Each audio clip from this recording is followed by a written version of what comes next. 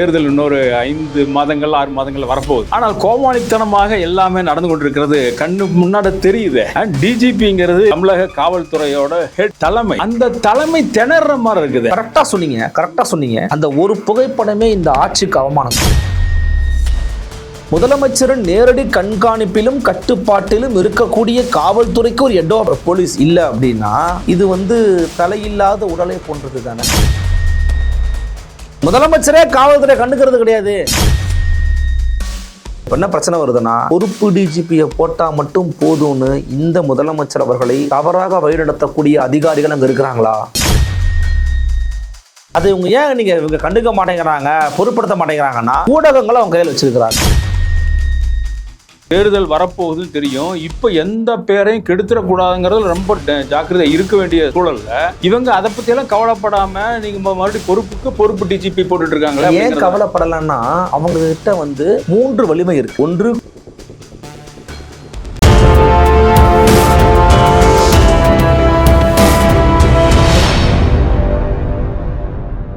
ஊடக நேயர்களுக்கு வணக்கம். தொடர்ச்சியாக நம்மளுடைய நிகழ்ச்சிகளுக்கு பலதரப்பட்ட நம்மளோட விருந்தினர்கள் வந்து கொண்டிருக்காங்க. அதில் இன்றைக்கி ஊடகத்தில் வேலை செய்கிற ஒரு நல்ல அறிவார்ந்த ஒரு பத்திரிகையாளர் வந்திருக்காரு அப்படின்னு சொல்லலாம்.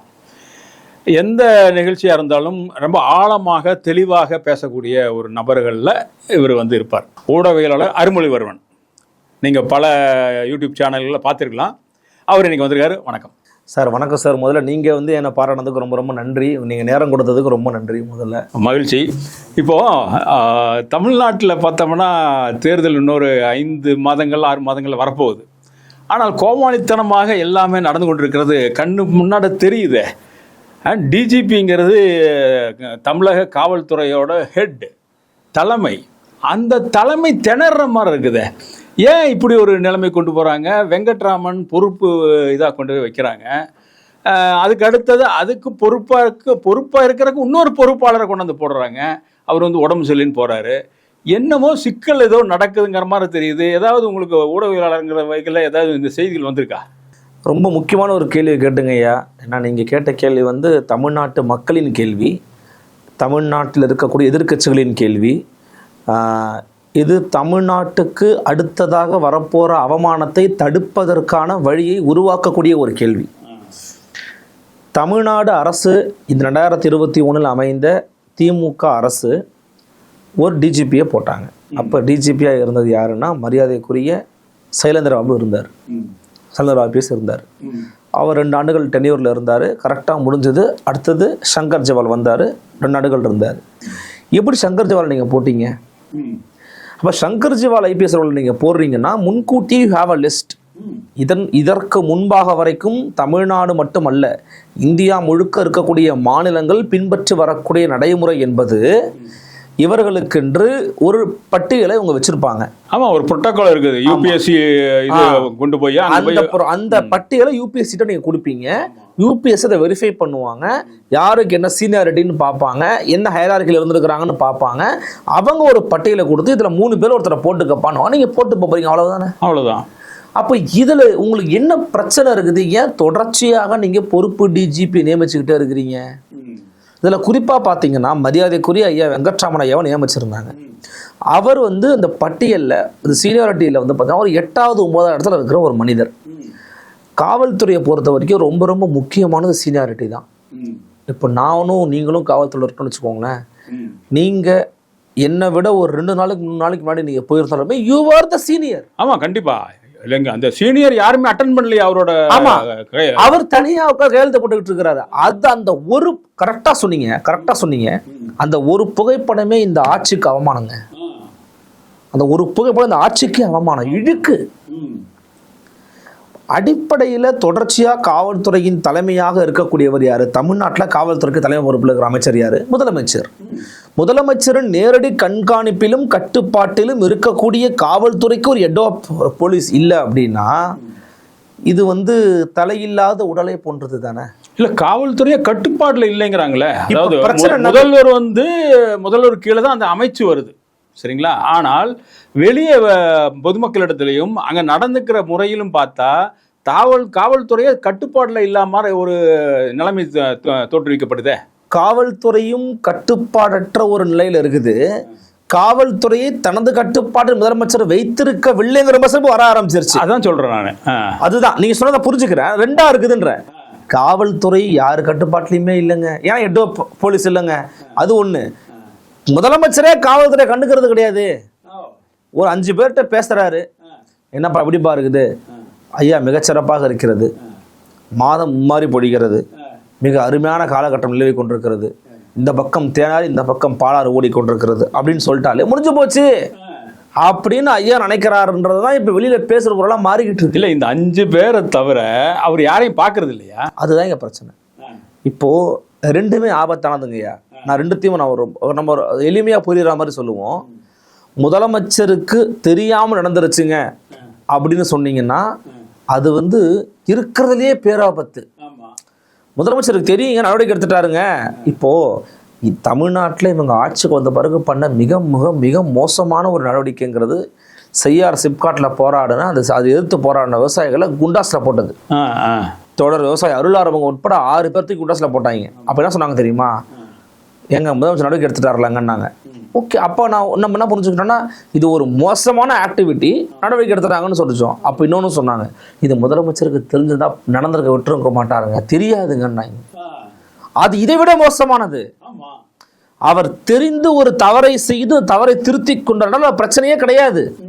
மனிதன் இயல்பு பிழை செய்வது, திருத்திக் கொள்வது, தன்னை மாற்றிக்கொள்வது பிரச்சனை கிடையாது. ஆனா அவருக்கே தெரியாதுன்னு என்ன அர்த்தம்? இல்லை, எனக்கு இது கலைஞரோட நான் ஒப்பிட்டு பார்க்குறேன். கலைஞர் நீங்கள் பார்த்தீங்கன்னா காலையில் 5 மணிக்கு பேப்பரை எடுத்துட்டு படிச்சுட்டு உடனடியாக குறிப்பிட்ட சில நபர்களுக்கு நேரடியாக அவரே ஃபோன் பண்ணியிருக்காரு. உண்மை உண்மை உண்மை. 5:30 மணிக்கு ஃபோன் வந்திருக்குன்னு என்கிட்ட சொல்லியிருக்காங்க. நண்பர்கள் சிலர் இருக்காங்க, அவர்கள் சொல்கிறாங்க 5:30 மணிக்கு நான் கலைஞர் பேசுகிறேன் அப்படின்ட்டு ஃபோன் எடுப்பார். நாங்களே ஆடி போயிடுவோம், அரை தூக்கத்தில் இருப்போம், ஆடி போயிடுவோம் அப்படின்னுங்க.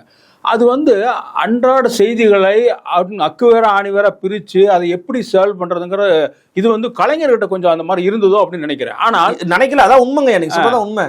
ஆனால் இப்போ இருக்கக்கூடிய இந்த முதல்வருக்கு நீங்கள் சொல்கிற அவர் சுற்றி ஒரு 5 பேர் இருக்காங்க, IPS ஆஃபீஸர், IAS ஆஃபீஸர், அவங்கள தவிர வேற எந்த செய்தி தெரியாதா?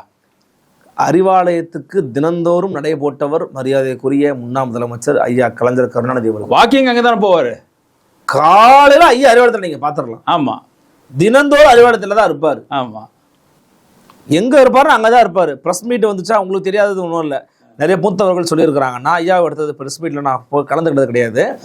ஆனா சொல்லுவாங்க, என்ன சொல்லுவாங்கன்னா, ஆஃப் த கேமரா பேசிட்டேன்யா, எப்படியா இருக்க, நடந்துகிட்டு இருக்க, ரொம்ப ஜாலியா பேசுவாரு. ஜாலியா மட்டும் இல்ல, அந்த ஊடகவியலாளரும் சரி அவர்களோட பெயரை சொல்லி பேசுவாரு. நான் மணி எப்படியா இருக்க, என்ன தம்பி நீ எப்படிக்கா இருக்க, என்ன ஆர்கே எப்படி இருக்கு, இப்படின்னே பேசுவாருன்னு சொல்லுவாங்க. அப்போ அந்த அளவுக்கு ஊடகவியலாளர்களோட ஒரு டச் இருக்கும். பிரஸ் மீட் வச்சா டைரக்டா 1-to-1 பேசுவார். நீங்க அவர்கிட்ட உலகத்துல, அதாவது you can ask anything under the சன்னுங்கிற மாதிரி நீங்க என்ன வேணா கேட்கலாம். அவரு அண்ணா கிட்ட இருந்து வந்த இதுங்க, அண்ணாவின் தம்பிகள்ல ஒருத்தர். ஆமா. அப்போ அப்படியாக இருந்தவருடைய மகனான முதலமைச்சர் மு.க. ஸ்டாலின் அவர்கள் அதுல பாதியாவது செய்யணுமா இல்லையா? கண்டிப்பா. இப்போ ஐயா என்ன பண்ணுறாங்க, யாருக்கிட்ட பொறுப்பை ஒப்படைக்கிறாங்க? நீங்கள் நல்ல ஒரு கேள்வி கேட்டீங்க. அப்போ ஏங்க நடக்குது பொறுப்பு டிஜிபி போகிறதுனா? இப்போ என்ன பிரச்சனை வருதுன்னா, பொறுப்பு டிஜிபியை போட்டால் மட்டும் போதும்னு இந்த முதலமைச்சர் அவர்களை தவறாக வழிநடத்தக்கூடிய அதிகாரிகள் அங்கே இருக்கிறாங்களா? ஏங்க இது சாதாரணமான விஷயம் கிடையாதுங்க. ஊபியை பாருங்க, அவங்க பொறுப்பு டிஜிபி தான் போட்டிருக்கிறாருன்னு சொல்றாரு நம்முடைய சட்டத்துறை அமைச்சர் மரியாதைக்குரிய ரகுபதி. அப்ப நீங்க ஊபி மாடல் தான் ஃபாலோ பண்றீங்களோ? நீங்க தான் சொன்னவராச்சே, ராமரின் நீச்சு தான் திராவிட மாடல்னு சொன்னீங்களே நீங்க. அப்ப நீங்க ஊபியை தான் ஃபாலோ பண்ணுவீங்க. ஏங்க ஊபியில நடப்பது ஒரு காட்டாட்சிங்க. யோகி ஆதித்யநாத் அப்படிதாங்க பண்ணுவாரு. அவருக்கு எதுவுமே தெரியாதுங்க. நீங்க எல்லாம் தெரிஞ்சவங்க, புரிஞ்சவங்க, நாளும் அறிஞ்சவங்க. நீங்க சரி நடந்துக்கணுமா இல்லையா? ஊபியில கூட தான் போடல, அவங்க சொல்லுவாங்க நாங்க பண்ணணுமா அப்படின்னு என்ன அர்த்தம்?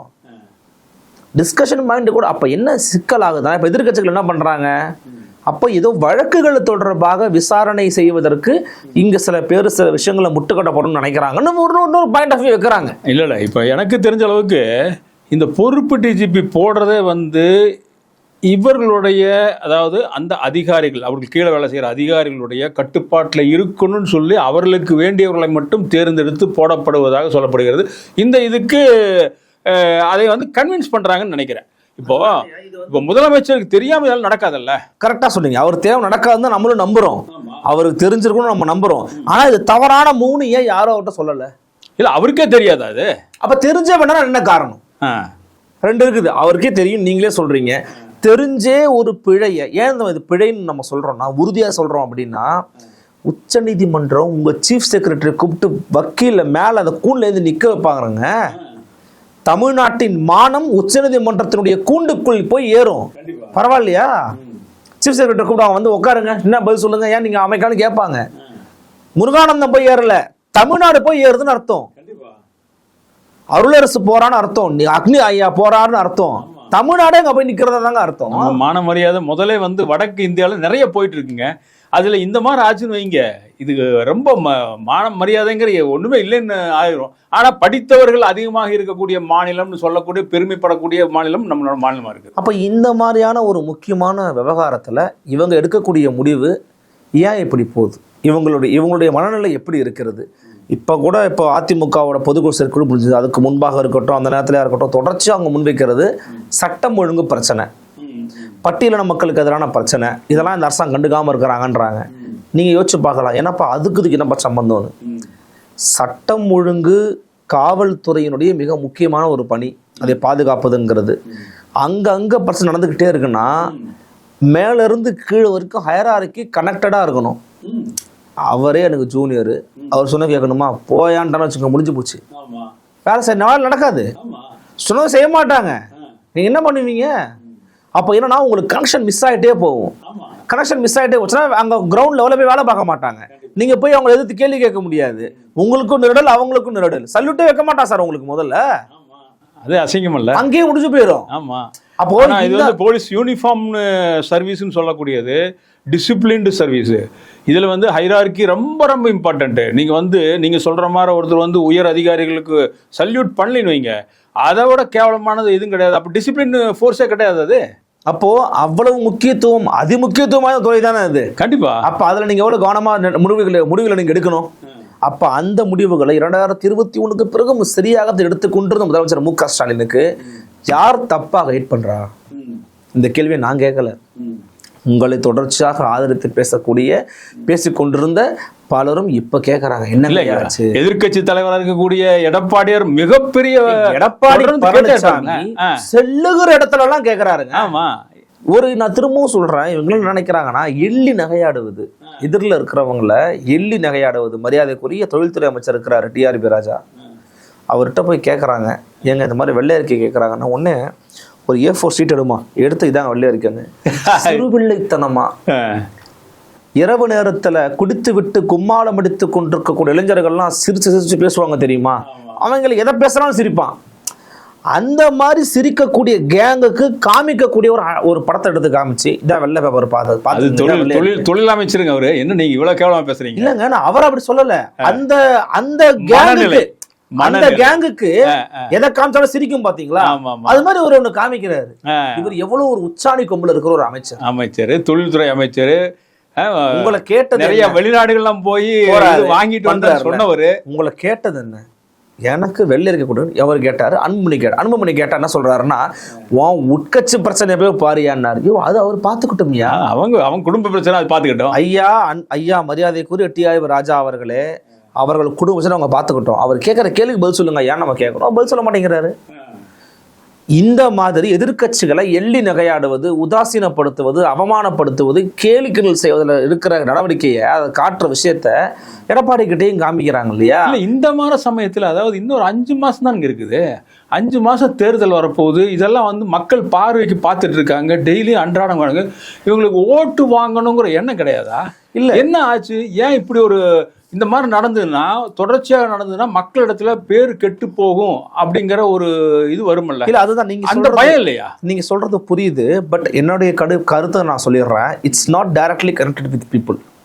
இந்த இஷ்யூ இருக்குல்ல, இது வந்து உங்களை போன்ற மூத்தவர்களுக்கு தெரியும், ஊடகத்தில் பணியாற்றுறவர்களுக்கு தெரியும், பத்திரிகையாளர்களுக்கு தெரியும், அரசு விமர்சகர்களுக்கு தான் தெரியும். பட் காமன் மேனுக்கு வந்து இதனால பிரச்சனையே இல்லைன்னு நினைப்பாங்க. இல்லை, காமன் மேன் வரைக்கும் கொண்டு போயிட்டாருங்க எடப்பாடியார். அதான் இப்போ ரீச் அவுட் பண்ணியிருக்கிறாரு இல்லையா? அது இவங்க ஏன் இவங்க கண்டுக்க மாட்டேங்கிறாங்க, பொருட்படுத்த மாட்டேங்கிறாங்கன்னா, ஊடகங்களை அவங்க கையில் வச்சிருக்கிறாங்க. பெரும்பாலான ஊடகங்களை கையை தன்மையப்படுத்தி வச்சிருப்பதன் காரணமாக எடப்பாடி பழனிசாமி என்ன பேசினாலும் சரி, அது வர்றதில்லை. சீமான் என்ன பேசினாலும் சரி, நயினார் என்ன பேசினாலும் சரி, எதுவும் காட்ட மாட்டாங்க.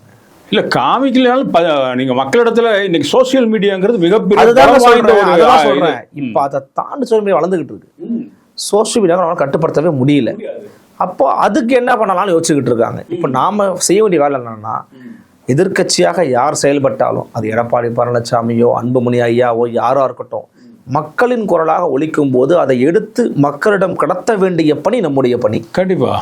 அப்போ இன்னைக்கு இந்த பொறுப்பு டிஜிபி விவகாரம் தமிழ்நாட்டை பார்த்து மற்ற மாநிலங்கள் கைகொட்டி சிரிப்பதாக அமைந்திருக்கிறது. அப்ப இந்த முறை தேவையில்ல, நம்ம மாற்றுங்கன்னு சொல்றோம். இப்போ நீங்க ஐயா வெங்கட்ராமன் நெஞ்சு வலி வந்து போனாரு, உடம்பு முடியல, சரி ஓகே உடம்பு முடியலன்னு போயிட்டார், ரைட்டு, அவர் ஓய்வு எடுக்கட்டும், நல்லபடியா இருக்கட்டும். அதுக்கு மாற்றாவது நீங்க பொறுப்பு டிஜிபில இருந்து தூக்கிட்டு நிரந்தர டிஜிபி போட்டுருக்கலாம் இல்லையா? யூபிஎஸ்சில இருந்து வந்த லிஸ்ட்ல ஏதோ ஒன்று இது பண்ண வேண்டியதானே. ஆனா நீங்க என்ன பண்றீங்கன்னா, அதையும் விட மிக கொடூரமான ஒரு நிகழ்வை பண்றீங்க. என்ன தெரியுமா அது? பொறுப்பு டிஜிபின்றதே ஒரு பொறுப்பு, அந்த பொறுப்புக்கு ஏற்கனவே ஒரு பொறுப்புல இருக்கிற பொறுப்பு டிஜிபா போடுறீங்க. நான் சொல்றது உங்களுக்கு புரிஞ்சிருக்கா? மக்களுக்கும் பேசுற மாதிரி இருக்கு நீங்க சொல்றது. மரியாதைக்குரிய அபய்குமார் சிங் ஐபிஎஸ் அவர்கள் டிவிஎஸ் ஓட சீஃப். அவர் ஏகதை பாத்துக்கிட்டு இருக்காரு. நீங்க ஒண்ணு கேட்காதீங்க, டிவிஎஸ் என்ன பண்ணுதுன்னு கேட்காதீங்க. டிவிஎஸ் ஒண்ணும் பண்ணலதான், அது வேற. அந்த டிவிஎஸ் ஓட சீஃப் இப்போ இந்த பொறுப்பு டிஜிபி வேலையும் பாப்பாரு. என்னங்க டிஜிபிங்கிறது என்ன சாதாரண வேலையா? தமிழ்நாட்டோட அத்தனை காவல்துறையின் தலைமை இயக்குனர். அப்ப அவரு டெசிஷன் எடுக்கிறது எவ்வளவு இம்பார்ட்டன்டா இருக்குது. ஒரு ஆளே எடுக்க முடியாதுங்க. இதுல பொறுப்பு வேற, அது இன்னொரு பொறுப்பு, அந்த பொறுப்புக்கு இன்னொரு இது ஒரு பொறுப்புனா எப்படி எடுக்க முடியும்? இது உண்மையிலேயே இது நிறைய பேர் ரொம்ப வருத்தத்தோட தான் பதிவுகள். சில பேர்லாம் பேசவே மறுத்துட்டாங்க, சில பேர்லாம் பேச மறுத்துட்டாங்க. வேண்டாம், ரொம்ப இஷ்யூஸ்லாம் ரொம்ப பெருசாக ஓடிட்டு இருக்கு, என்ன பண்ணுவாங்கன்னு தெரியலங்கிறாங்க. பட் நம்ம தப்பாக பேசலை, யாரையும் நம்ம குறைத்து மதிப்பிடலை, யாரையும் நம்ம அவமரியாதையாக பேசலை. நடக்கிற விஷயத்த, நடக்கிற ஃபேக்ட் நம்ம எடுத்து சொல்கிறோம். கண்டிப்பாக அது முதலமைச்சர் கையில் தான் இருக்குது. பட் இந்த விவகாரத்தை இவங்க ஏன் இவ்வளோ லெத்தாச்சுக்காக எடுத்துக்கிறாங்க? நீங்கள் கேட்டீங்க ஒரு கேள்வி, எலெக்ஷன் வருதுன்னு. எலெக்ஷனை பற்றிலாம் அவங்க கண்டுக்கவே இல்லை சார். இல்லை, எலெக்ஷன் வர்றதுக்கு முன்னாடி இப்போ வேற நடக்குதுங்க. இப்போ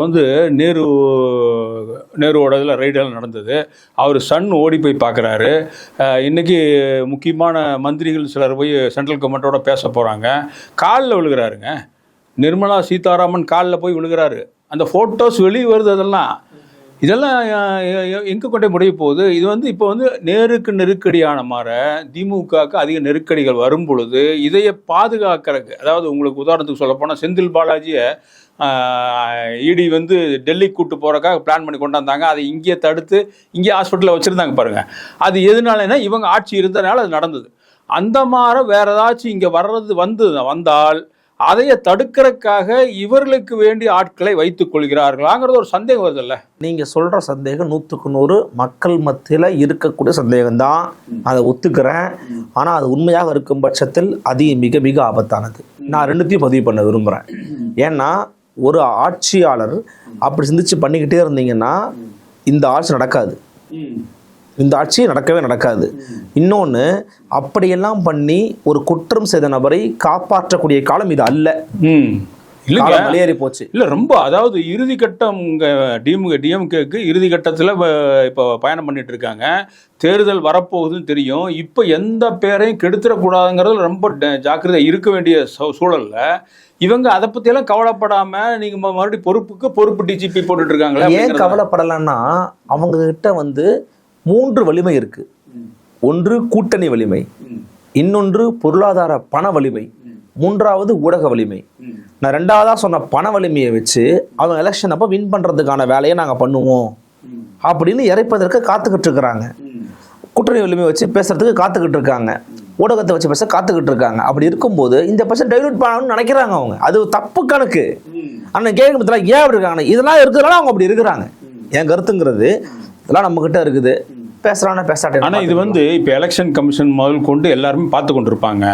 இது எலெக்ஷன் டிக்ளேர் பண்ணுறான்னு வைங்க, கோட் ஆஃப் கண்டக்ட் வந்துடும். சரிங்களா? அப்போ எலெக்ஷன் கமிஷனோட அப்போ அவங்க டிஜிபி தாங்க போடுவாங்க. அவன் டிஜிபி போடுவானுங்க. அது எவ்வளோ டிஜிபி கூட வச்சுக்கோங்க. எவ்வளோ பெரிய கேவலம் பாருங்க. இல்லைங்க, எப்படி அவன் டிஜிபி தான் போட போறான்? அவங்க டிஜிபி போடும்போது இவருக்கு பவரே கிடையாது, முடிஞ்சு போச்சு. அவங்க சொல்றதா அப்பெல்லாம் நடக்கும். அந்த மாதிரி அதாவது பொதுவா வந்து நீங்க என்ன நினைக்கிறீங்க? அது வரைக்கும் கேட்க மாட்டாங்கன்னு நினைக்கிறீங்க? அதாவது ஏதோ ஒரு டிஸ்ட்ரிக்ட்ல கமிஷனரை மாத்துவாங்க, இல்ல சிட்டில கமிஷனர் மாத்துவாங்க. இதான் வந்து ஆமா, எலெக்ஷன் ஆமா, கமிஷன். ஆனா ஆமா. டிஜிபியே மாத்துனது வந்து புதுசா இருக்கும் போல இருக்கே. அதாவது இவங்க எந்த எக்ஸ்ட்ரீமுக்கும் போய் நம்முடைய காரியத்தை சாதிப்பதற்காக நம்ம என்ன வேணா பண்ணலான்ற மனநிலைக்கு மாறிட்டாங்க.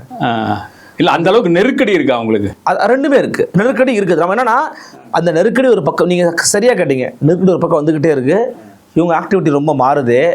ரெண்டுத்தையும் கனெக்ட் பண்ணலாமான்னு கேட்குறீங்க. அந்த மாதிரி கனெக்ட் பண்ணதாக பண்ணலாமான்னு கேட்குறீங்க. நம்மளால உறுதியாக கூற முடியாவிட்டாலும் அந்த சந்தேகம் இருப்பதை தவிர்க்க முடியாது. அதான் இப்போ வந்து ஒரு நல்ல செய்தியை நம்ம வந்து இது பண்ணியிருக்கோம். இந்த செய்தி வந்து அரசுக்கு போகணும். அதுவும் குறிப்பாக நம்மளோட அலுவலகத்திலேருந்து ஒரு அடுத்த வீதியில் தான் அந்த முதலமைச்சரோட வீடு இருக்குது. அவருக்காச்சும் அந்த செய்தி எட்டணும். அந்த செய்தியை வச்சு இது வந்து இப்படி போயிட்டுருக்கு, இது வந்து அடுத்த முறை வரணும் அப்படிங்கிற எண்ணத்தோடு இருந்தாருன்னா கண்டிப்பாக இதன் மேல் நடவடிக்கை எடுக்கணும். இல்லாட்டி வந்து இந்திய அளவில், அதாவது 28-30 ஸ்டேட் இருக்குதுங்களேங்க, அதில் இருக்கக்கூடிய அத்தனை மனிதர்களும் வந்து நம்மளோட நீங்கள் வட இந்தியாவில் வந்து நம்மளோட அரசியல் செயல்பாடுகளை பார்த்து சிரித்து கொண்டிருக்கார்கள். இப்போ இந்த மாதிரி ஏதாச்சும் இதெல்லாம் இன்னும் செய்திகள் வெளியே போக போக, ஏன்னா ஊடகங்கள் இன்றைக்கி வலிமையாயிருச்சு. நீங்கள் தமிழ்நாட்டு ஊடகங்கள் வேணால் போடாமல் இருக்கலாம், டெல்லி ஊடகங்கள் போடாமல் இருக்காது, அவன் போட்டு கிளிப்பான். அதுக்கு அடுத்தது வந்து சோசியல் மீடியாவில் பரவலாக எல்லா பக்கம் போகுது, பாமரனுக்கு போகுது. அப்போ அது வந்து இது எல்லா பக்கம் போகும்போது இவர்களுக்கு ஆட்சிக்கும் ஒரு கேவலம் வரப்போகுது, நம்ம தமிழ்நாட்டு மக்களுக்கும் ரொம்ப இதாக போகுது அப்படிங்கிறதான் அந்த செய்திகள்லாம் நம்ம பேசியிருக்கோம். இதுக்கு ஒரு நல்ல முடிவோட சீக்கிரம் தீர்வு காணணும்னு நினைக்கிறோம். நன்றி, வணக்கம். நன்றிங்க.